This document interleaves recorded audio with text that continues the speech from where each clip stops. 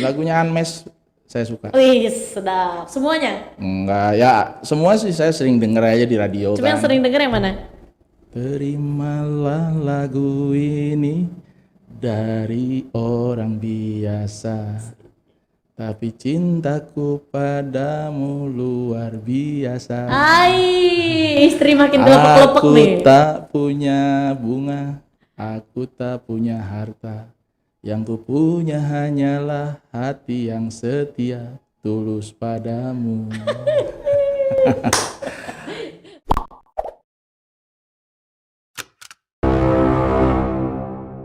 Lugas dan berimbang bersama Dinda Putri hanya di Rujuk Podcast. Assalamualaikum warahmatullahi wabarakatuh. Waalaikumsalam warahmatullahi wabarakatuh. Sebelum kita mulai dan kita pakai semua perkakas ini, perkakas. Bang Taufik, boleh mungkin kita buka dulu sejenak karena jarak kita lumayan jauh nih. Ya. Kita juga mengedukasi teman-teman pendengar dan penonton dari Rujuk Podcast kalau kita tetap menjaga protokol kesehatan. Oke. Boleh. Biar bicaranya juga langsung Iya. tidak terhambat. Soalnya agak sesek juga yang ngomong pakai masker ya. Boleh dipakai earphone-nya. Oke. Gimana nih Bang Taufik hari ini? Kabar baik? Alhamdulillah masih diberikan nikmat sehat. Alhamdulillah. Keluarga aman? Aman, alhamdulillah. Kerjaan lancar? Insya Allah lancar. Lancar terus pokoknya ya kan. Itu yang paling penting karena maksudnya nikmat yang kecil-kecil itu kadang orang suka lupa tuh Bang Taufik ya, bener ya? Betul. Ketika kita dikasih kelancaran untuk bisa melayani masyarakat, kadang-kadang itu dianggap biasa. Nah, karena udah kebiasaan. Tuh, tapi ketika nanti ketemu ada masalah, baru kita sadar, oh iya, yang kemarin lancar, yang ini sekarang terhambat. Kan Iya kayak benar. Itu dia sisi positifnya dari kehidupan. Oh, ternyata Bang Taufik ini positif juga orangnya. Kita hidup kalau udah diawali dengan negatif, ya, maka selanjutnya kita akan menutupi Kebawa. setiap negatif itu dengan negatif selanjutnya. Oh, maksudnya pencitraan. Ya intinya ketika semua dimulai dengan hal yang sudah tidak Baik. On the track, misalnya dengan hal-hal yang negatif, ya mau nggak mau nanti pikiran misalnya. Ketika kita sudah menganggap seseorang itu negatif, misalnya saya menganggap Dinda nih negatif, ya sudah selanjutnya saya akan sulit mencari. Walaupun Dinda sudah berbuat positif pun pasti di hadapan saya akan selalu negatif. Oh, karena image pertamanya sudah Betul. terlanjur Ketika kita menetapkan dalam diri kita selalu negatif. menjadi pihak yang negatif. Oh. Jadi ya lebih baik kita positif aja. Hidup kan cuman bagian dari bagaimana memilih positif, negatif. Dan aura positif itu nular loh Bang. Mudah-mudahan itu yang selalu saya mengajak di kantor, dimanapun. Yang namanya kita hidup, kalau kita tidak untuk sharing, tidak untuk bagaimana komunikasi yang positif, pasti hidupnya nggak bakal berarti. Tapi kalau kita membuka dengan komunikasi yang baik, positif, ya hasilnya juga pasti akan positif. Benar, setuju banget. Dan kali ini kita bakal ngobrol seputar masih soal job desk-nya Abang nih sebagai salah satu pejabat publik yang istilahnya mengayomi masyarakat jauh lebih dekat kali ya karena tugasnya adalah di Disdukcapil gitu ya. Betul, Dinas Kependudukan dan Pencatatan Sipil. Iya, dan untuk momen kali ini Dina bakal ngebahas soal akses kependudukan dan catatan sipil Kota Bekasi saat pandemi yang katanya banyak langkah-langkah yang memudahkan masyarakat gitu. Tapi sebelumnya kalau dari backgroundnya Abang sendiri, ini adalah salah satu kepala dinas termuda, betul nggak Bang? Emang tahun berapa Bang? Tahun berapa Bang? Setelah dipilih jadi kepala dinas itu? Saya diberikan kepercayaan amanah oleh pimpinan setelah melalui tentunya tahapan yang tidak pendek ya. Saya berkarir di Kota Bekasi dari mulai tahun 1997. Wow. Ketika Kota Bekasi ini baru berdiri, ya saya sudah bergabung di pemerintah Kota Bekasi. Jadi saya diberikan kesempatan untuk mengikuti open bidding untuk Kepala Dinas Kependudukan itu di tahun 2018 akhir. Wah lama juga ya maksudnya. Jadi berarti sebelumnya hampir itu 21 tahun. Sebelumnya itu sebagai apa tuh Bang kalau boleh tahu tuh Bang? Panjang karir saya kalau diceritain. Kan step by stepnya biasanya ada Ya. tuh, kurang lebihnya yang pernah dilewati. Iyalah, pertama 97 saya sampai dengan 98 akhir itu saya menjadi ajudan kepala daerah. Waktu itu wali kota Madya Bekasi itu Pak Nonon Sontani almarhum. Nah, setelah saya ajudan, saya ditempatkan di wilayah, saya menjadi Kasih Trantib, kalau istilahnya dulu itu mantri polisi. Oh ya, Ya. oke. Di Kecamatan Bekasi Timur sampai dengan tahun 2003. Setelah itu ya mulailah pindah-pindah. Saya pernah di Badan Pendapatan Daerah, saya pernah di Dinas Tenaga Kerja, kemudian saya pernah jadi Kasubag di Sekretariat Daerah. Nah, kemudian saya dipercaya pada tahun 2009 menjadi Sekcam. Nah, 2009 saya jadi Sekcam di Kecamatan Jati Sampurna, kemudian dilanjut saya jadi Sekcam di Bekasi Barat sampai dengan 2013. 2015 saya diberi kepercayaan menjadi Kabag Tata Usaha Sekretariat Daerah. Oke. Kemudian dilanjutkan di tahun yang sama saya jadi camat.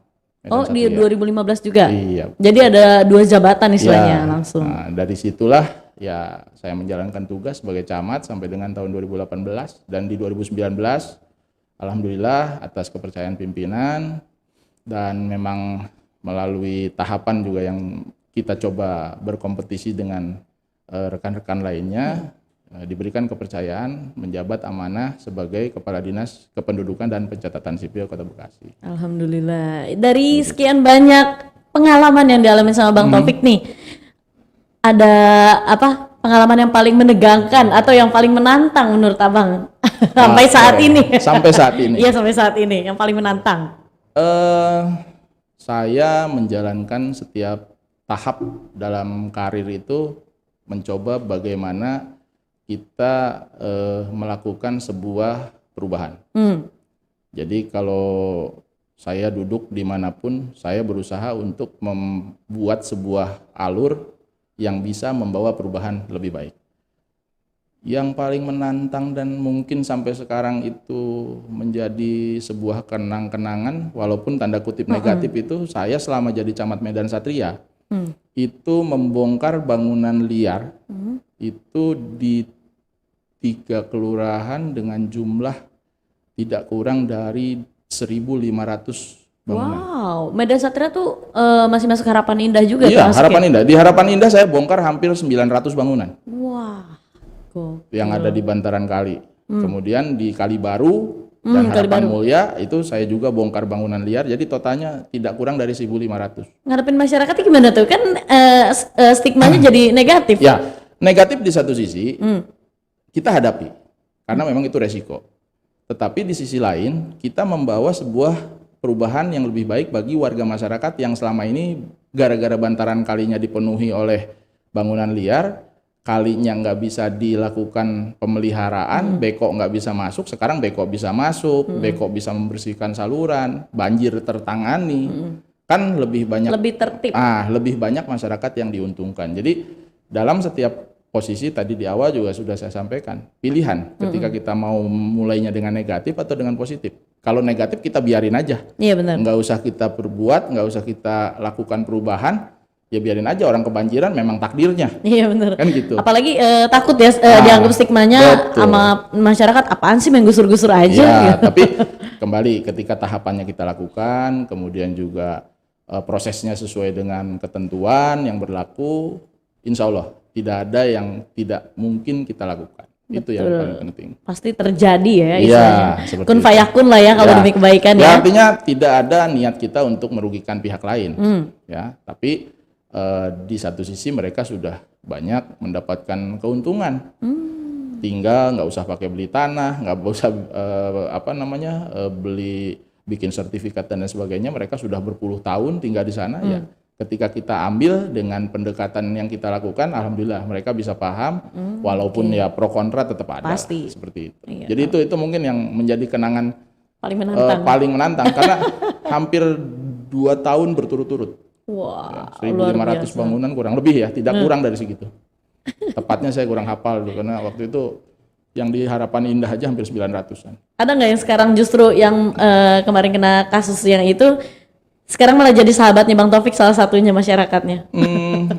Jadi gini, lebih kepada saya lebih malah bersahabat dengan warga-warga yang merasa diuntungkan. Karena mereka kan begitu sudah dibongkar mereka langsung pindah kemana-mana ya, tidak berhubungan kembali dengan kami. Tapi pada saat kita bertemu dengan RW, dengan lingkungan, masyarakat itu lebih merasa bahwa oh ya kita sudah banyak diberikan bantuan oleh pemerintah dalam hal tadi untuk menangani banjir. Karena pada saat saya jadi camat di Medan Satria, hal yang paling penting adalah banjir.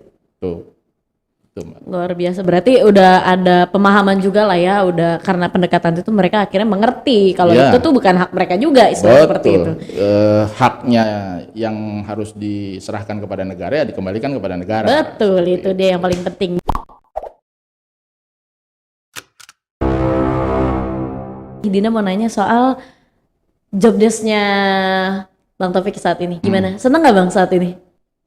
Terima tugas tersebut. Menjadi Kepala Dinas Kependudukan dan Pencatatan Sipil itu tantangannya adalah bagaimana ya, kita merubah stigma.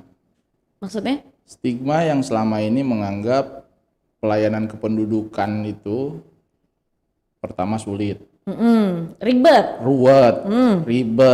buang-buang waktu, buang duit dan lain sebagainya. Ya, ini kita terus terang, ini yang terus kita lakukan adalah bagaimana merubah stigma itu perlahan demi perlahan. Kita lakukan perubahan-perubahan, penyesuaian demi kebaikan pelayanan publik yang kita lakukan. Itu yang menantang bahwa tentunya dibutuhkan ide, gagasan, inovasi yang harus betul-betul juga bisa mengakomodir berbagai kepentingan. Jangan gitu. Jadi tidak bisa kita hantem kromo. Kalau saya waktu camat, ini bangunan liar, bongkar aja, selesai. Ketika saya di Disduk Capil, ini kan pelayanan publik yang paling krusial. Betul. Ya, menyangkut dengan hak dasar setiap warga negara, bahwa setiap warga negara berhak memiliki yang namanya data kependudukan melalui pemberian nomor induk kependudukan, melalui pemberian KTP, kartu keluarga, ya, akte kelahiran, sampai kepada hal-hal lain yang terkait dengan pelayanan adminduk. Nah ini tidak bisa kita hantem kromo, oke saya mau merubah, saya patahkan semuanya. Bisa berhenti. Karena pengalaman saya untuk merubah ini di 2019 saja, pasang surutnya cukup luar biasa. Pernah dalam 1 bulan, jaringan tiba-tiba offline itu hampir setiap hari 4-5 jam offline. Jadi kesendat ya, maksudnya kesendat. Padahal tadi kita sedang ingin memperbaiki gitu kan. Tapi ada pihak-pihak juga mungkin yang merasa keberatan. Sehingga tembakannya itu sampai kita diserang yang namanya malware ya. Malware dengan virus itu udah ya itu. Kita hadapi. Tapi tadi perlahan demi perlahan dengan pasti kita lakukan perubahan itu. Karena ini untuk kebaikan pelayanan publik di bidang adminduk. Ya, sebagaimana juga amanat dari pimpinan Pak Wali Kota bahwa pelayanan adminduk itu tidak boleh lagi mempersulit warga. Ya, sejak 2019 pelayanan adminduk sudah kita sebar, tidak ada lagi dilakukan terpusat di dinas kependudukan. Manual istilahnya. Ya, dulu kan cetak harus di dinas kependudukan. Betul. Sekarang sudah tersebar dari 2019 di 15 titik. 12 kecamatan. Kemudian 3 mall pelayanan dan gerai pelayanan publik. Betul. Jadi itu di 15 titik itu sudah kita maksimalkan saja di sana. Jadi lebih memudahkan masyarakat sendiri ya? Sebetulnya itu yang kita lakukan. Iya, ya. benar. Tapi tadi tentunya kita masih terus berupaya supaya lebih mendekatkan lagi. Di 2020 kemarin kita sebetulnya dari dana Banprov Jawa Barat itu sudah mendapatkan alokasi untuk penyediaan alat rekam cetak di 56 kelurahan. Tapi ya terkendala dengan COVID, pandemi, ketunda. Anggarannya rasionalisasi, ya akhirnya kita ajukan kembali untuk 2021. Jadi target kita agak mundur. Tadinya 2020 ini mungkin kalau lancar kan di bulan Agustus atau paling lambat Oktober 2020 ini kita sudah bisa menyebar di 56 kelurahan pelayanan kependudukannya. Tapi Ya kembali kita mundurkan satu step lagi, tapi kita ganti. Nah, di 2020 ini kita coba menyiasati layanan dengan memaksimalkan layanan daring. Ya. Nah, itu yang kita lakukan. Jadi cukup menantang untuk bagaimana kita mengimbangi berbagai kepentingan tanda kutip dalam pelayanan Adbinduk ini. Karena kan bicaranya selain ada keputusan dari mungkin dari abang sendiri, tapi juga ada kebiasaan dari masyarakat itu sendiri. Betul. Makanya itu yang harus ditimbangkan ya. Itu yang jadi saya kan tidak mungkin seperti hanya melakukan sosialisasi Perpres 96 2018 tentang tata cara pelayanan Adminduk, di mana salah satu pasal yang mengatur memangkas birokrasi tidak perlunya lagi pengantar RT RW. Betul. Itu luar biasa. Ya. Luar biasanya? Ya luar biasanya tantangannya. Karena apa? RW banyak yang merasa bahwa ini sudah tidak dianggap lagi nih RW dan RT. Orang nggak bisa ketahuan lagi nih ada teroris masuk di kampung saya dan lain sebagainya gitu. Tapi kan kita harus menyiasati seperti apa. Makanya kita coba saat ini kita terus lakukan pengembangan dari sisi aplikasi supaya nanti RT RW ke depan bisa memiliki akses untuk semacam dashboard ya pemantauannya ya. Dashboard pemantauannya itu akan kita share. Hanya saat ini sedang dalam proses pengembangan. Jadi rencana di 2021 seluruh RW RT di Kota Bekasi nggak perlu khawatir, nggak perlu mengeluarkan pengantar RT RW, betul, cap-cap stempel.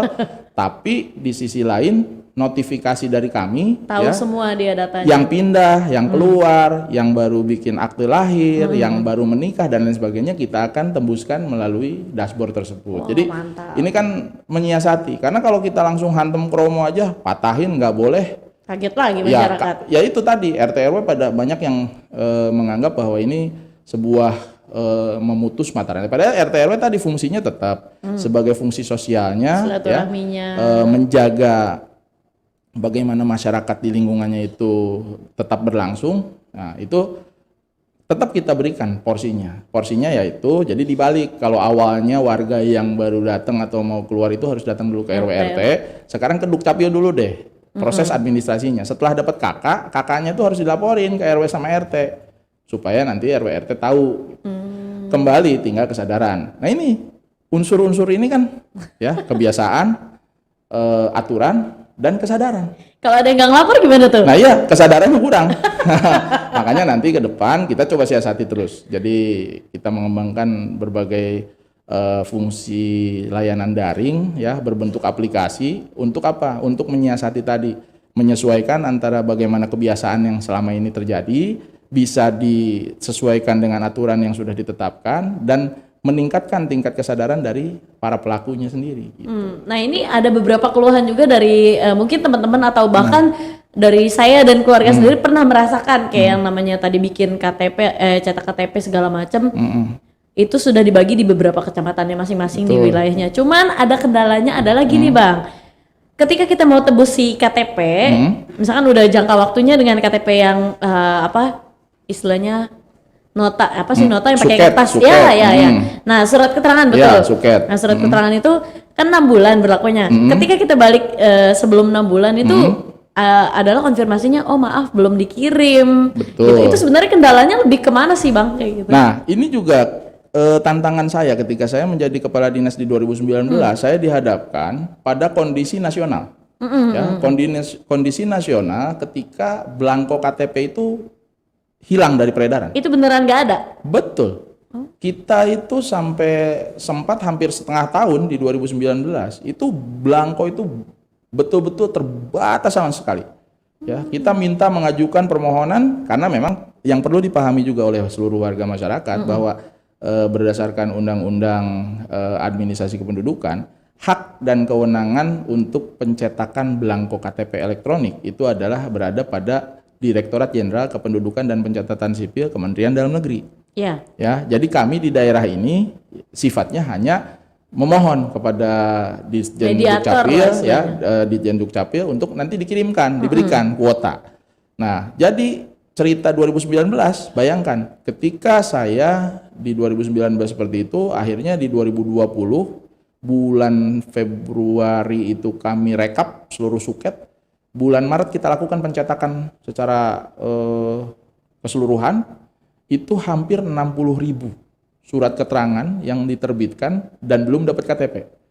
Jadi, tapi alhamdulillah bulan Maret 2020 semuanya sudah kita tuntaskan, cetak, dan kita distribusikan. Nah, distribusi inilah yang saat ini juga perlu diluruskan bahwa kalau ada orang yang masih megang suket belum tercetak KTP-nya, silahkan ngecek dulu di kelurahan atau di kecamatan. Karena pada saat itu kita menggunakan jaringan camat ya dan lurah. Jadi kita serahkan KTP hasil cetak itu kepada camat untuk diserahkan kepada lurah-lurah masing-masing dan nanti diedarkan kepada RW ataupun RT di mana warga tersebut tinggal. Oh, jadi iya nanti RT atau RW yang ngasih langsung ke warga. Betul, tapi sampai saat ini masih ada kendala. Orang-orang yang ternyata, waduh kok saya belum menerima KTP terus. Begitu kita cross check, sudah ada di kelurahan. Tapi memang belum diambil nih sama RW-nya gitu. Jadi atau ada yang udah ditaruh di RW-nya belum ketemu sama RW-nya warganya. Jadi hal-hal seperti itu ini yang perlu diketahui.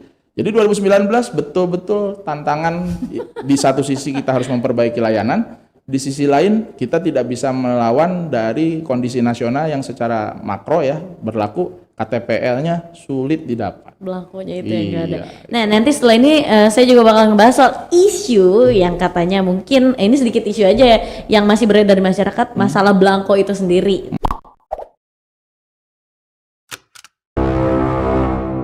Nah, sebelum kita ke pertanyaan yang lain yang lebih krusial nih Bang nih, ini masih ngomongin soal isu yang mungkin udah lewat lah, istilahnya sekarang kan udah kembali lagi soal belangko tadi. Tapi mungkin sebagai pencerahan aja buat masyarakat selama ini, benar nggak sih adanya oknum ketika belangko itu sulit banget didapetin, tapi ada yang ngomong masyarakat ini tuh kalau misalkan bayar di depan istilahnya ya, bayar di depan atau ada administrasi yang inilah, cincay kok langsung jadi katanya gitu. Bisa saya sampaikan ya, bahwa memang kondisi pelayanan di Dukcapil itu seringkali dimanfaatkan ya oleh berbagai pihak. Dukcapilnya kan cuma satu. Boleh disebut nggak pihaknya? Ya, kalau saya sebut satu persatu terlalu banyak. Tapi saya secara random saja saya sampaikan bahwa pertama, Dukcapil itu cuma satu.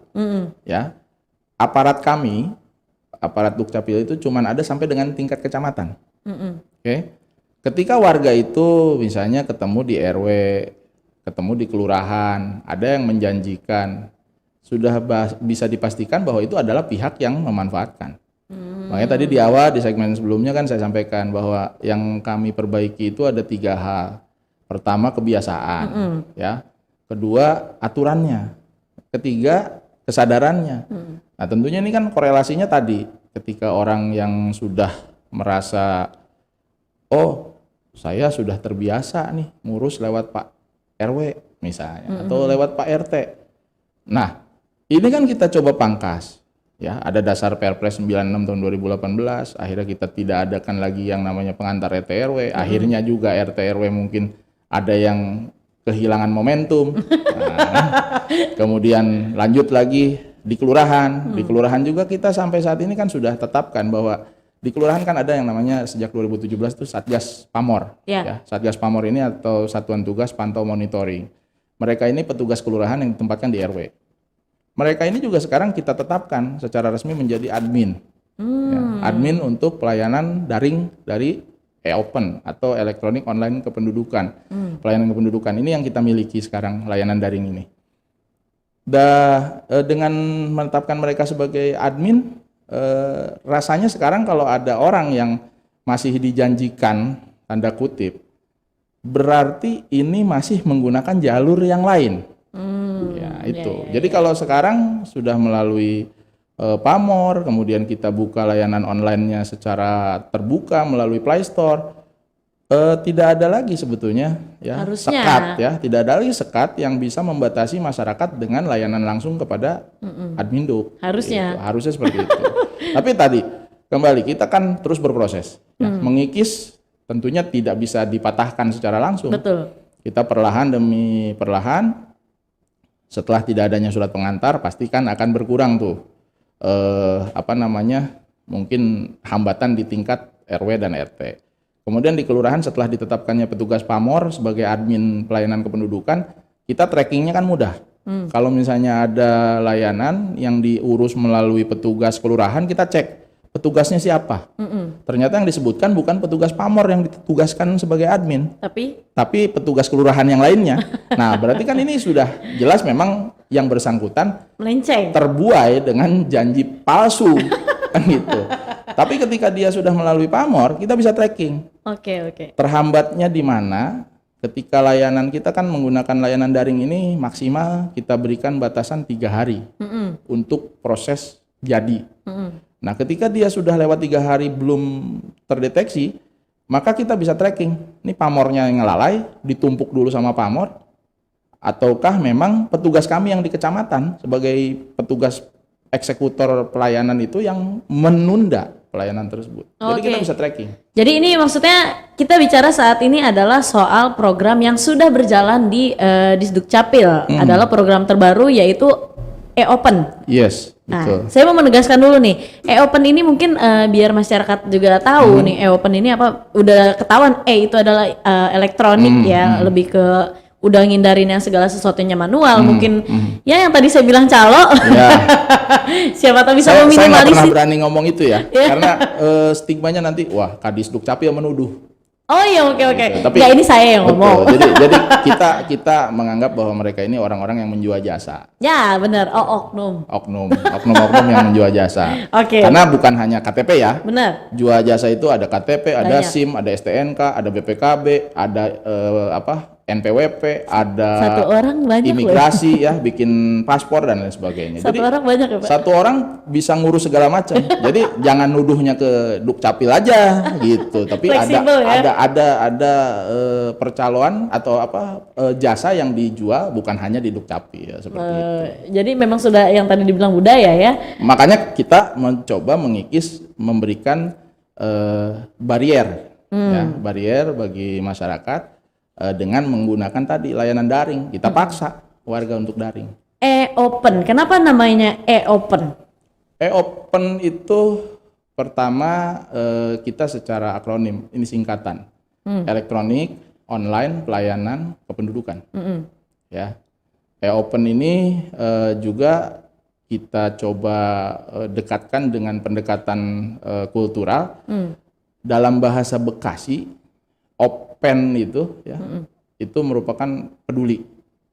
Ngopenin ya, bagaimana kita open terhadap kebutuhan masyarakat. Jadi Disdukcapil membuka layanan e-Open itu ada sebuah pemahaman bahwa kita sudah membuka diri peduli ya, open nih, supaya warga masyarakat tidak lagi dipersulit.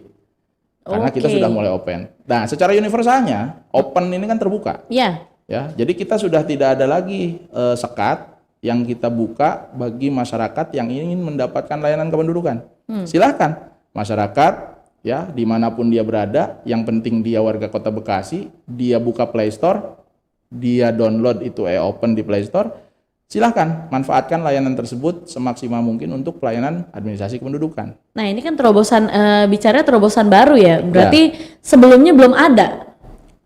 Sebelumnya itu kita pernah sudah punya, sebelum saya menjadi Kadisdukcapil ada yang namanya dulu Simpaduk. Simpaduk. Simpaduk ini lebih kepada menyajikan semacam antrian, ya antrian secara online. Jadi orang dia misalnya bisa mengurus KTP, datang ketika hari apa kan gitu. Nah, kita Simpaduk ini sekarang kita jadikan sebagai data warehouse untuk sistem informasi manajemen kependudukannya sendiri. Nah, dari Simpaduk inilah kita mencoba mengembangkan e-Open.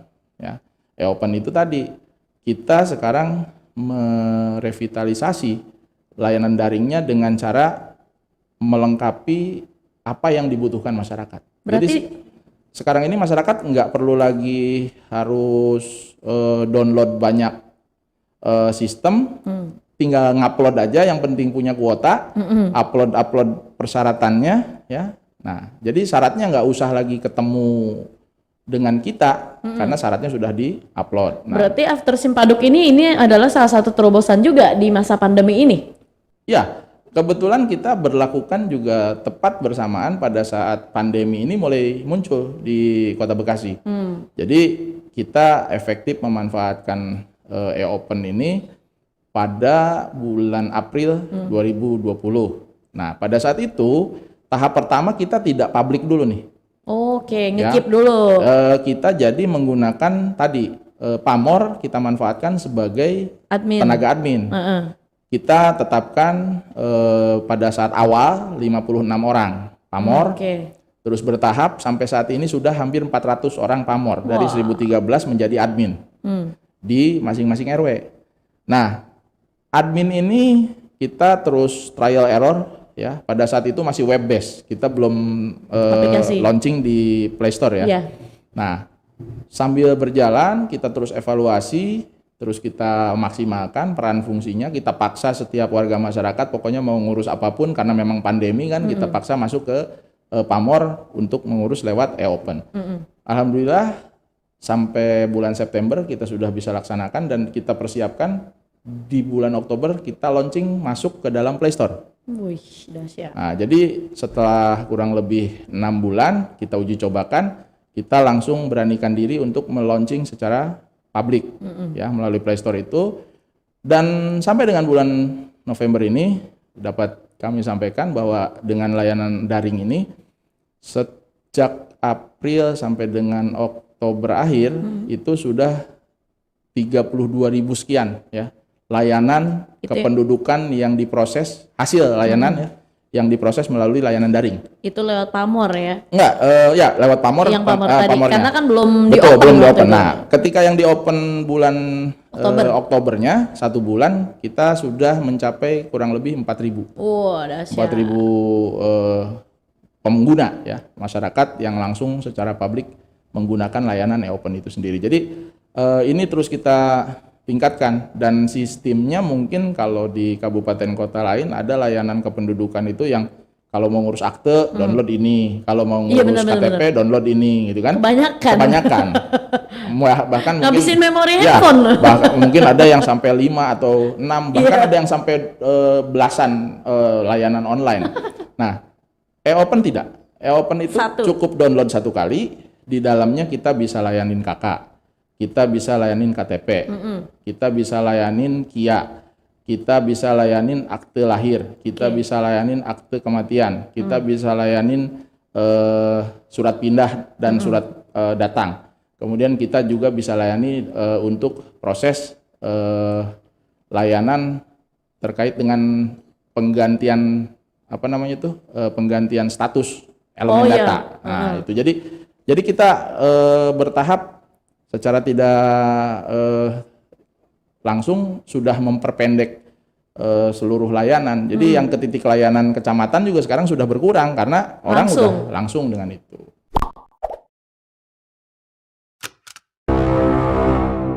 Kita masih ngomongin seputar e-open atau aplikasi atau inovasi yang lagi dilakuin sama Disdukcapil Kota Bekasi. Selain e-open ini ada nggak sih inovasi-inovasi lain yang lagi dijalanin sama tim Disdukcapil yang sedang berjalan? Ada beberapa yang kita gabungkan masuk dalam layanan inovasi kita di masa pandemi terutama. Yang pertama kita juga melakukan jebol Dukcapil. Jebol? Ya. Apa tuh jebol? Jebol Dukcapil itu jemput bola. Ya, di Dukcapil.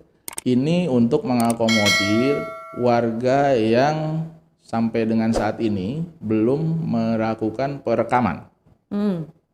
Perekaman KTP. Karena kan sebetulnya sejak 2012 seluruh warga NKRI ini wajib ya melakukan perekaman. Tapi masih saja ada.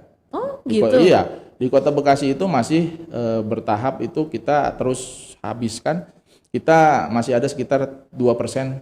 Ya, 2% warga. Yang bikin mereka susah apa sih? Kan maksudnya sekarang semua butuh KTP, butuh ini, butuh itu. Mereka lebih orang-orang yang sudah sepuh, ya, yang sudah dalam kategori tidak butuh KTP sebetulnya, karena diam aja di rumah, udahlah gitu. Tapi mereka tetap kita kejar. Terus yang sakit, ya, sakit mungkin sulit untuk datang ke Dukcapil atau pada saat itu atau ke kecamatan ya untuk merekam.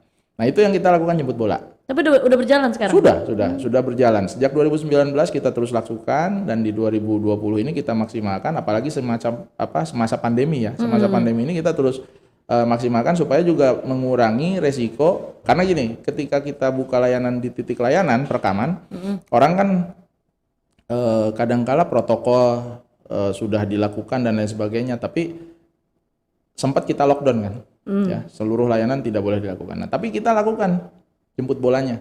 Petugas kita lakukan pertama ya terjun ke lapangan, kita persiapkan dengan hazmat, dengan APD. Sampai pakai hazmat? Oh iya, dengan APD lengkap. Ini gara-gara pengalaman pribadi atau bukan?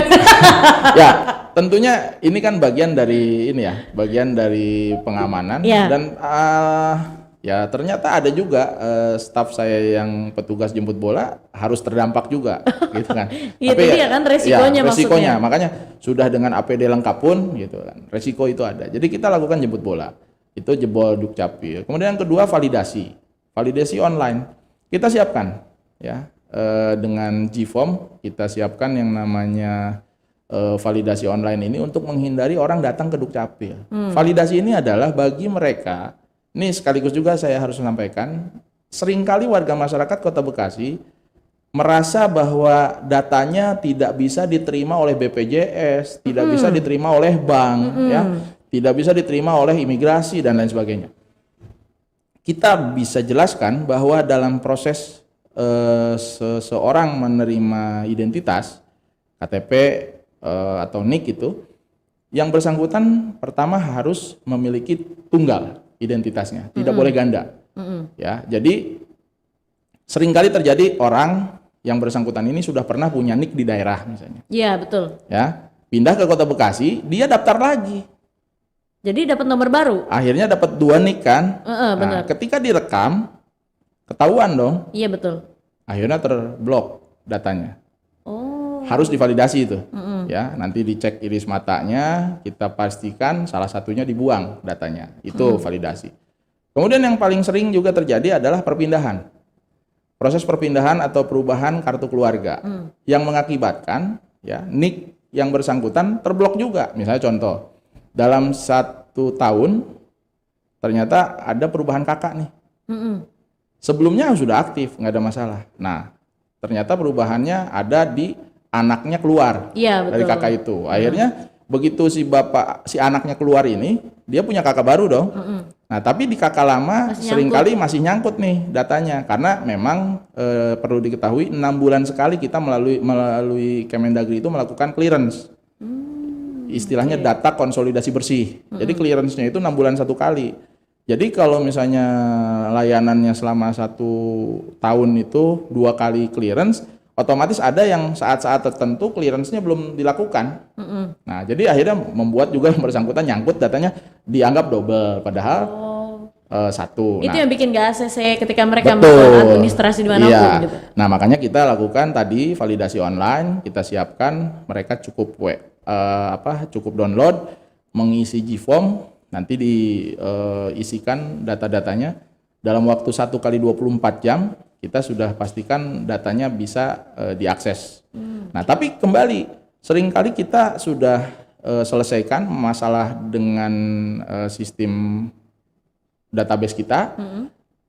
Kendalanya ada di pihak layanan yang lainnya, yang rupanya update-nya juga tidak real time. Misalnya, misalnya BPJS atau bank misalnya, ya. Mereka update-nya tidak online real time. Sehingga ketika kita sudah lakukan proses di sini perubahan, datanya sudah aktif, ternyata begitu masuk, lah masih tetap belum terbaca. Akhirnya warga kan kasihan nih bolak-balik. Gitu. Nah, makanya kita itu validasi online. Termasuk juga dalam validasi ini, sebetulnya warga nggak usah sibuk-sibuk dulu validasi. Cek dulu ya dengan QR code scan. Itu dalam kartu keluarga kan sekarang sudah dengan barcode, ya, dengan QR code. Scan aja QR code-nya. Ketika QR code-nya itu dibuka dan di situ centang hijau dengan status dokumen aktif, maka sudah bisa dipastikan dari pihak Dukcapilnya sudah aktif. Aman. Ya? Aman. Kendalanya adalah tadi updating data dari masing-masing badan atau lembaga layanan publik lain yang terlambat. Nah, itu 3 hal yang kita coba maksimalkan.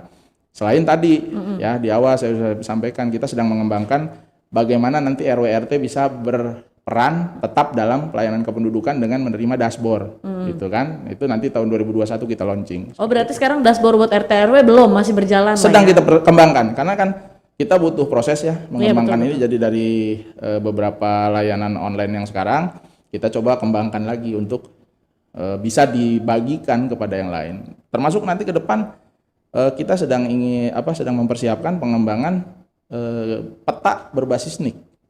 Peta digital berbasis NIK. Jadi Wah, nanti keren juga ya. Nah, Ya. jadi nanti bisa dilihat ya dari sana. tapi nanti ini lebih kepada kepentingan lembaga pemerintah. Iya, Karena kalau publik bahaya. Nanti orang tahu nicknya Dinda, pengen tahu rumah Dinda di mana, tinggal diisi aja. Iya bahaya. Nah, kan Waduh, bahaya. banyak paparazi dadakan ya. Gitu.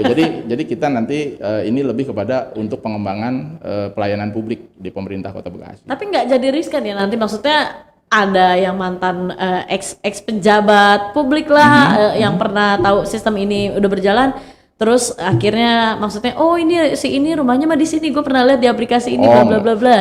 Kita kembangkan aplikasinya tentunya pertama dengan login ya. Sistem Jadi keamanan. sistem keamanan jadi berlapis lah. Dan sistemnya kan multi layer ya. Nggak mungkin kita dengan mudah mengembangkan itu. Tapi nanti untuk kepentingan lain ya, misalnya contoh seringkali kan ada pihak misalnya BPJS.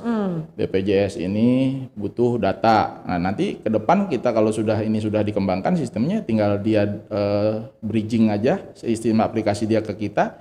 Jadi BPJS juga nggak kesulitan untuk mendeteksi alamat si A ini di mana sih. Oh jadi connect langsung lah ya. Connect istilahnya. langsung. Atau misalnya Badan Pendapatan Daerah untuk menentukan nomor objek pajak dan titik lokasi objek pajak tanah PBB misalnya di mana, itu kan bisa dilakukan dengan aplikasi itu. Jadi banyak nanti yang bisa ini yang sedang dalam pengembangan kita. Mudah-mudahan lancar. Ya. Nah sejauh ini selama ada e-open ini lebih banyak yang istilahnya ngeluh, misalkan ribet nih mendingan datang langsung, atau lebih banyak yang mulai kebantu, mulai sadar oh iya lebih gampang juga ngehindarin yang tadi dibilang oknum segala macam. Itu lebih banyak mana komparasinya? Oke, tadi secara statistik Ya. saya sampaikan 1 bulan kita launching publik ya 4.000 sudah ya? 4.000 yang download. Artinya per hari itu dalam waktu 30 hari ya sekitar 100 orang sudah memanfaatkan aplikasi tersebut. Jadi sementara kalau keluhan ya yang terkait dengan e-open itu 1 hari ya berkisar adalah sekitar tidak sampai 20, ada 10-15 orang, itu pun lebih kepada mempertanyakan. Pertanyaannya karena belum paham. Jadi ini langkahnya seperti apa sih setelah ini gitu. Nah, terus kok ini saya masukin nicknya, ternyata nick yang dimasukin bukan nick Kota Bekasi. Nah jadi kan ini kita batasi bahwa aplikasi ini memang untuk warga Kota Bekasi. Oh jadi untuk warga Bekasi aja? Betul. Oh, Karena berarti kan untuk yang KTP-nya non Bekasi kayak bisa? Jadi gini, ketika yang bersangkutan nick kan itu dia terbawa. Misalnya Dinda dulunya awal nicknya diterbitkan di Jakarta. Iya. Ya, ketika sekarang Dinda sudah jadi warga Kota Bekasi, nick Dinda tetap bawaannya dari Jakarta. Oh, Ya, yang kode paling kodenya depannya paling ya? depannya itu 4 angka itu. Jadi misalnya 3175 itu tetap Jakarta Timur. Nah, tapi ketika masuk 3275 itu Kota Bekasi. Nah, ketika itu masuk sepanjang sudah melakukan proses perpindahan ya bisa memanfaatkan e-open. Tapi kalau orang baru datang, nah ada di situ. Jadi dalam interface-nya e-open itu pertama adalah login bagi warga Kota Bekasi. Yang kedua ada lapor. Lapor itu buat orang-orang yang baru datang. Yang tadi dia nggak punya nick Kota Bekasi, dia itu ada, klik aja lapornya. Kalau udah dilapor, Dia urus nanti. Udah bisa ngikut Dia di harus situ. masukin surat keterangan pindah dari daerah asal dan lain sebagainya. Nanti kita arahkan ke penerbitan kartu keluarga baru di Kota Bekasi dan KTP baru di Kota Bekasi. Kemudian ada tadi, kalau dia bingung juga, Halo Pamor. Dia klik, langsung aja. Nanti Pamor di wilayah setempat di mana nick dia terdaftar itu akan bisa membantu. Seperti itu. Jadi kita koneksi langsung dengan nomor WA petugas Pamor. Nah kalau untuk pengiriman, berarti kan ini kan masalah data nih, kayak misalkan cetak KTP lah atau segala macam, kayak tadi misalkan yang Bang Topik bilang, istilahnya ada yang dititip ke RT RW kalau yang sebelumnya. Nah ini kalau bisa online kayak gini, apakah dikirim atau kita jemput langsung? Nah ada 2 tahap. Tahap pertama di antar pamor. Nah, apabila di antar pamor, ini tentunya tadi akan terkait dengan proses yang dilakukan sejak awal memang menggunakan tenaga pamor. Tapi kalaupun sekarang secara publik pun mau minta diakses oleh pamor pun bisa. Saat ini bisa. Tapi ke depan kita akan batasi karena kita nanti ke depan sedang mempersiapkan adanya anjungan Dukcapil Mandiri. Sehingga orang bisa datang sendiri nanti ke mall kemana pakai kayak ATM. Nah, yang kedua ambil sendiri di titik layanan. Mereka tinggal nanti di situ memilih tanggal berapa, jam berapa untuk pengambilan hasilnya. 3 hari maksimal itu sudah bisa diambil. Nah, itu sebetulnya kita saat ini ya, ini sedang masa transisi. Hanya 2 sebetulnya besok-besok itu dokumen kependudukan yang bisa diambil. Apa tuh? Hanya KTP dan KIA. Kartu identitas KIA itu kartu identitas anak. Hanya 2 itu. Yang sisanya itu mau akte lahir, mau kartu keluarga, mau akte kematian atau kartu surat pindah dan lain sebagainya. Itu cukup nunggu di email, dibuka emailnya, print sendiri karena nanti semua mulai 1 Juli 2020 itu seluruh layanan kependudukan tidak lagi menggunakan format security printing. Jadi cukup dengan kertas HVS ya, ukurannya A4 80 gram, print aja. Mau 1000 kali ngeprint ya itulah yang aslinya. Jadi tidak ada lagi nanti kakak asli mana atau itu seperti itu.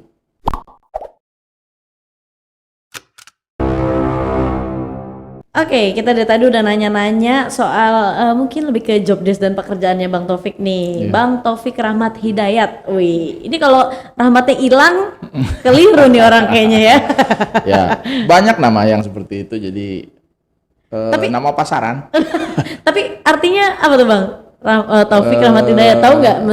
Dengar-dengar dari orang tua gitu. Ya intinya kan supaya kita hidup diberkahi, selalu dalam berkah Allah Subhanahu wa taala, diberikan taufik, rahmat dan hidayahnya. Amin. Kan gitu. Jadi ya mungkin orang tua memberikan nama itu ya tadi supaya saya hidupnya lebih berkah aja. Amin. Tapi kayaknya sesuai mudah-mudahan ya. Amin. Ya. Dengan amanah yang dijalanin sekarang dengan tugasnya kan, mudah-mudahan sama timnya terus membuat inovasi-inovasi yang luar biasa buat warga Bekasi. Dan sekarang saya mau nanya, ini soal pribadi deh, langsung aja to the point. Wali kota atau politisi Kalimalang? Enggak dua-duanya. Kenapa enggak dua-duanya? Pertama, saya masih punya karir birokrasi yang cukup panjang. Kalau saya diberikan umur yang panjang, diberikan kesehatan, keselamatan sampai akhir, saya masih punya 15 tahun masa kerja. Wow, luar biasa. Jadi tentunya saya harus mendedikasikan diri saya sebagai birokrat. Gitu. Jadi untuk jalur itu mungkin kalau sudah pensiun mungkin mungkin tertarik. Mungkin ada. Tapi karena langkahnya tadi saya sebagai birokrat yang sudah dididik dari awal, ya saya tetap harus mempertahankan jalur birokrasi saya dulu. Wih, mantap. Gitu. Kalau udah pensiun mungkin? Ya mungkin aja, mungkin kan kalau udah menjelang pensiun itu setiap orang boleh memilih. Betul. Terus tetap di eksekutif atau politik? Ya tadi jawabannya, kalau saya tetap harus menjadi eksekutif karena saya sebagai birokrat dan ya tadi menjadi birokrat kan pilihan hidup. Ya, ketika saya memilih untuk masuk di sekolah ikatan dinas dan saya sudah menandatangani bahwa saya siap untuk bekerja untuk NKRI, ya teken kontraknya sampai pensiun dong. Masa kontraknya diputus di tengah jalan gitu. Siapa tahu kan maksudnya ada penawaran-penawaran yang lebih menarik. Ya mungkin menarik untuk 5 tahun ya. Tapi secara birokrasi bahwa saya alhamdulillah di masa kerja saya yang sudah saat ini hampir 20, saya mulai kerja tahun 93, berarti kurang lebih sekarang sudah hampir 27 tahun ya. Saya masih tetap menikmati menjadi birokrat. Walaupun banyak orang yang Menawarkan. menawarkan atau menganggap bahwa posisinya ada yang lebih menguntungkan, tapi tetaplah saya masih menjadi birokrat. Siap kalau gitu. Ngomong-ngomong hobinya apa nih Bang? Hobi sih, yang penting happy aja. Asik. Ya, nggak usah nyusahin hidup kan gitu.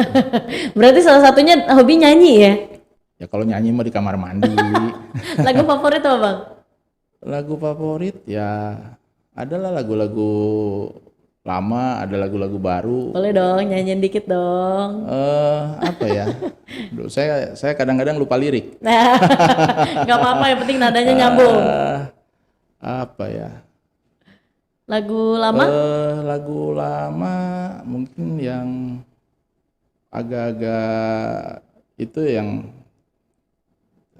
seperti lagu apa? Yang lagu ngetop terakhir belakangan itu, jadi lagunya lagu lama tapi itu misalnya jangan sampai 3 kali. Nah, itu kan ada tuh lagu. Boleh dinyanyiin? Waduh. Boleh dong. Kan pengen tahu juga nih suara emas dari Bang Taufik Rahmat Hidayat nih. Kalau enggak ini aja yang baru aja, yang baru. Oh, boleh. Apa ya? Lagunya Unmesh saya suka. Wih, sedap. Semuanya? Enggak, ya semua sih saya sering denger aja di radio. Cuma yang sering denger yang mana? Terimalah lagu ini dari orang biasa, tapi cintaku padamu luar biasa. Istri makin kelepek-kelepek nih. Aku tak punya bunga, aku tak punya harta, yang ku punya hanyalah hati yang setia, tulus padamu. Gombal nggak Bang? Lagunya gombal, saya kan cuma Iya kan nyanyiin. bener, kita lagi ngomongin lagu ya. Lagunya Bener. Tapi berarti sering ngegombalin istri pakai lagu-lagu dong? Saya justru orang yang mungkin kurang romantis. Oh gitu. Iya, karena ya saya orangnya gini aja gitu. Mungkin lebih ke sikap mengalir. kali romantisnya ya. Ya mungkin tinggal tergantung istri saya menafsirkan seperti apa. Iya benar. Anak berapa sekarang Bang? Alhamdulillah saya memang diberikan amanah anak 1. Alhamdulillah. Nah, jadi anak saya sekarang sudah tingkat 2. Wih, sedap. Kuliah, jadi ya tinggal membesarkan aja lah. Wih, mantap. Ini didikannya calon didikan dari bibit unggul ya. Kalau ketemu istrinya kayaknya lebih menarik lagi nih ngomongnya ya kan. Dan ini ada sebelum kita closing terakhir, saya pernah dengar juga nih, sempat dengar dan kita udah ngobrol juga tadi sedikit di luar, katanya Bang Taufik ini kemarin sempat terkonfirmasi positif COVID-19, betul? Betul, saya menjadi korban pandemi. Korban pandemi, Ya, lebih tepat ya? Lebih tepat korban pandemi karena memang tidak ada salah satu pihak pun di dunia ini ya, masyarakat, manusia yang bisa menghindar dari pandemi. Padahal tadi Abang bilang kayak misalkan bahkan istilahnya tim yang turun ke jemput bola itu ada pakai hazmat, masih kena juga. Masih kena juga. Kenapa sih Bang? Maksudnya boleh dong share ke masyarakat mungkin tipsnya biar tetap ngejaga kesehatan atau segala macam dan juga harus lebih kayak gimana sih kita selain 3M itu sendiri, atau apakah kita harus takut atau kayak kita harus nyepelein lebih kayak gitu, kayak gimana sih? Oke. Kuncinya cuman jangan nganggap enteng. Karena ketika kita nganggap enteng atau nganggap remeh pandemi ini, maka bisa dipastikan kita lalai. Ya kan?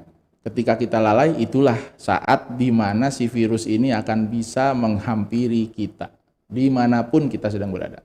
Berarti kemarin Abang lagi lalai nih? Bisa jadi seperti itu, karena kan kita tidak pernah tahu ya. Kadangkala kita sedang dalam satu ruangan misalnya, kita sudah terbiasa menggunakan masker, tapi kita mau minum, kita kan buka masker. Iya. Kita nggak tahu nih, pada saat kita minum ternyata di botol ini, mungkin botol ini dalam perjalanannya ya sudah terpegang oleh orang yang terkonfirmasi. Kita nggak tahu ya. Atau nempelnya di gelas, atau nempel di makanan dan lain sebagainya. Jadi kita tidak pernah tahu. Apalagi saya pada saat terkena itu sedang aktif-aktifnya melaksanakan tugas di gugus tugas COVID-19 sebagai tim bansos pada saat itu. Oh, oke. Nah, jadi memang satu hal pertama tadi, jangan pernah kita menganggap remeh supaya kita nggak lalai. Jadi waspada penting, tapi jangan takut. Oke. Ya. Karena kalau takut kita juga makin imun turun, Drop ya. drop, stres. Saya pada saat terkena ya pasti kita langsung, waduh, istighfar lah. Sebagai Muslim, saya menyerahkan diri saya, ya udah ya Allah, kalau memang Engkau berikan saya kesehatan, berikan saya kesehatan. Alhamdulillah tuh perjalanan hampir 7 hari saya, 7 hari Penyembuhan. bisa negatif. Jadi Wih, cepet juga ya. alhamdulillah masih Alhamdulillah. diberikan, tidak mencapai titik klimaks. Jadi saya sudah melampaui yang namanya sakit badan ngerasain, pusingnya ngerasain, batuknya ngerasain. Oh iya, gejalanya itu Iya ya? kan gejalanya. Terus lidah sudah pahit, itu saya ngerasain. Nggak ngerasain apa-apa? Nggak ngerasain apa-apa. Terus panas tinggi sampai 39,4. Sistem pernafasan gimana tuh Bang? Nah, alhamdulillahnya saya satu tahap lagi yang tidak saya tidak diberikan, dan itu yang saya syukuri sampai saat ini. Saya tidak diberikan sesak nafas. Wah, alhamdulillah. Andaikan mungkin sesak nafas, jadi ya enggak 7 hari bisa jadi manjang kan. Tapi alhamdulillah saya tidak diberikan sesak nafas, saya masih diberikan batuknya saja.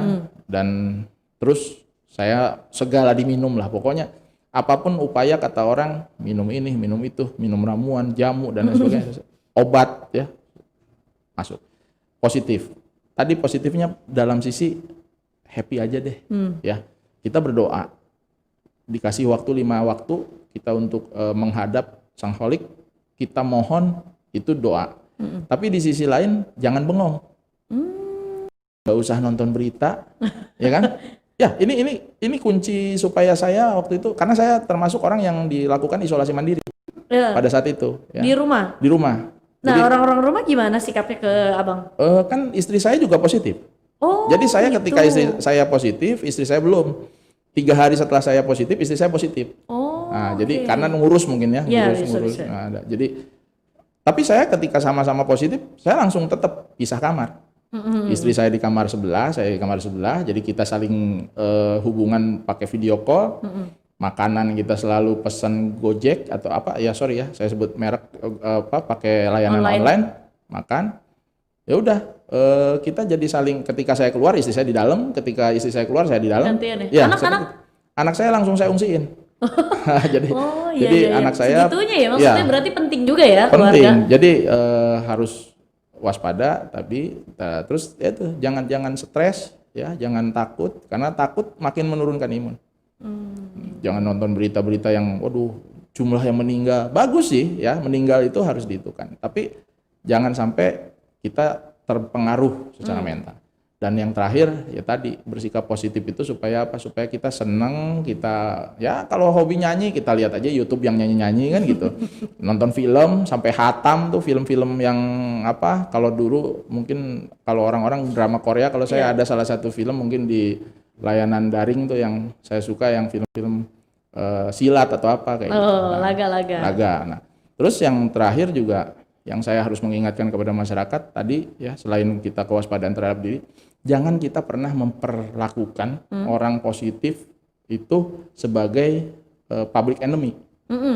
Nah, Abang kemarin gimana diperlakukan sama mungkin lingkungan sekitar yang Ya, paling dekat? lingkungan sekitar, saya sampai akhirnya takut untuk mengakui bahwa saya sedang isolasi mandiri. Itu dia mungkin ketakutan dari orang-orang yang sakit. Saya sendiri mengakui bahwa saya ketakutan. Saya tinggal di sebuah komplek, ya.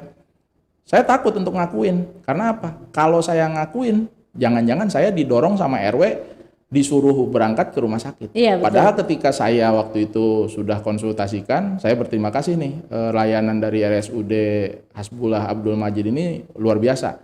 Saya di guide dari awal sampai akhir, dari mulai obat, swab ya, sampai konsultasi daring itu lewat WA itu terus berjalan. Jadi saya merasa dibantu dengan itu, daripada saya harus ke sana. Iya, benar-benar. Ke Alamanda itu kan tanda kutip orang sudah stigmanya, waduh, kalau udah, jadi semakin drop malah. Nah, jadi saya waktu itu sampai takut untuk menyampaikan kepada tetangga, karena apa? Saya takutnya nanti malah diusir. Ya, karena tadi stigmanya menganggap ini public enemy. Iya, benar-benar. Padahal bukan itu, justru harus diberikan support. Iya, benar. Harus diberikan, ayo deh, ini orang yang kena COVID itu harus disemangatin. Nah, ada saya sampai supir istri saya, ya, supir istri saya itu positif juga, sampai rumahnya di portal, Ya ampun. Menuju ke rumahnya itu di portal karena tadi, wih awas jangan di sana ada yang COVID gitu loh. Ini yang harus stigma yang betul-betul ayo sama-sama kita Patahin ya. patahkan, kita beri semangat, kita saling hidup berdampingan dengan COVID ini jangan dengan saling curiga gitu kan ya, tapi waspada. Iya betul. Ya. Kalau saling curiga sama waspada kan beda. Lain. Ya. Lain. Itu aja tipsnya itu. Berarti untuk masyarakat sekitar juga ya udah maksudnya memaklumi aja lah, cukup memaklumi dan juga waspada untuk diri sendiri. Betul. Waspada itu bukan berarti kayak orang ngebenci. Ini kesannya jadi- orang yang sakit COVID tuh kayak dibenci. Ya ditakutin. Iya. Ya, awas jangan lewat COVID lu ketularan nanti. Wah, padahal sebetulnya gini. Virus itu akan berpindah-pindah itu kan pertama dari droplet. Ini menurut WHO ya, yang saya pelajari. Yang kedua mungkin melalui airborne, tapi airborne-nya itu dalam satu ruangan tertutup yang bersama-sama jaraknya paling jauh 2 meter. Nah sekarang kalau rumah tetangga udah kiri kanan jauh, udah ke benteng, udah ada pagar, masa iya masih takut-takut gitu kan? Sepanjang kita 3M-nya ya, 3M-nya dilakukan, maskernya dipakai, jaraknya dijaga, cuci tangan selalu, ya insya Allah lah. Mudah-mudahan dikasih Mudah-mudahan sehat kita terus ya. sama-sama sehat, sama-sama cepat bisa terbebas dari pandemi itu. Alhamdulillah, mudah-mudahan. Tapi berarti istri kemarin berapa lama? Seminggu juga? Jadi saya Sehat. selisihnya 3 hari setelah saya negatif. Nah ketika saya negatif kedua, kan swab harus 2 Iya, kali tuh. benar. Ketika saya negatif kedua, istri saya negatif pertama. Jadi Oh, iya. saya berurutan lah. Maksudnya nggak sampai 14 hari itulah ya kan? Tapi tetap kita harus melampaui 14 hari. Oh, Jadi oke, pada oke. saat itu kan masih awal-awal. Saya kan kena di bulan Juli. Jadi benar-benar harus mengikuti tahapan sampai selesai 14 hari gitu kan. Karena jangan sampai kita masih ada kambuhan. Karena kan pada saat itu beberapa kali terjadi ada orang kambuh. Iya benar. Berarti Itu aja sih. tipsnya tadi Alhamdulillah. 3M tetap jalan Tetap jalan, waspada, jangan waspada. takut, dan jangan meremehkan. jangan meremehkan. Wih, sadap. Gitu. Terus sama jangan negatif sama orang-orang yang COVID. Sayangin mereka sebagai bagian dari kita. Betul setuju banget ya. Terus kalau tips terakhir mungkin buat masyarakat yang mau ngurus ke Disduk Capil, ada arahan langsung dari Bang Rahmat? Ya, 1, warga masyarakat Kota Bekasi yang akan melakukan pelayanan kependudukan, kita sudah lakukan secara daring. Oke. Ya, download di Play Store, namanya aplikasi e-Open. Anda bisa menggunakan semua layanannya. Ya, kalau memang tadi Anda kesulitan, Anda bisa menggunakan jasa teman-teman Pamor. Ya, Pamor ini bukan biro jasa, tapi ini adalah aparat pemerintah Kota Bekasi ya, yang ditempatkan di masing-masing RW. Masih timnya lah Masih ya. tim kita. Kita tetapkan mereka sebagai admin. Ada Halo Pamor juga di sana. Nah, kalau memang sulit juga, ya silahkan bisa langsung datang ke kecamatan. Karena titik layanan terdepan kita ada di kecamatan. Oke. Nah, itu jadi ada tiga titik yang bisa digunakan oleh masyarakat. Kalau memang pertama daringnya sulit, boleh pakai Pamor. Kalau memang enggak, ya ke kecamatan aja langsung. yang paling dekat. Kalau di luar itu, ya berarti ada pihak-pihak yang menjanjikan yang lain. Itu aja. Jadi kita sama-sama menjaga, jangan sampai terjerumus karena janji orang, akhirnya ngomel-ngomelnya ke dinas. Kok nggak jadi-jadi? Padahal ternyata tadi setelah kita tracking, salah sasaran. Iya, Gitu. di luar. Ya di luar koridor. Kewenangan, Nah, iya. itu seperti itu. Oke, lagi itu terima kasih banyak nih buat Bang Taufik Rahmat Hidayat Ya. udah mampir ke Rujuk Podcast. Sama-sama, makasih juga Rujuk Podcast nih udah kasih kesempatan kita untuk bisa sharing. Alhamdulillah. terkait dengan Jadi Dukcapil. lebih informatif ke masyarakat juga jadi lebih tahu, apalagi ada program e-open ini biar Yes. masyarakat mudah-mudahan makin banyak lagi nih yang ngajuin pengajuan. Ya, mudah-mudahan ke depan bisa semakin diperbesar dan di iTunes pun besok udah bisa mudah-mudahan Siap. kita sedang siapkan. Dan ada salam dari RT RW, jangan lupa dashboardnya. Ya, pastilah di 2021 RT RW nanti akan tetap bisa memantau langsung real time berdasarkan dari aplikasi e-Open yang mereport kepada dashboardnya. Siap, mantap. Kalau kayak gitu teman-teman terima kasih sudah bergabung di Rujuk Podcast bersama Bang Taufik Rahmat Hidayat dari Disduk Capil Kota Bekasi. Dinda Putri pamit. Jangan lupa kalau kalian suka sama video ini diklik like, subscribe dan juga di-share ya. Komen yang banyak juga boleh. Dinda Putri pamit. Wassalamualaikum warahmatullahi wabarakatuh. Waalaikumsalam.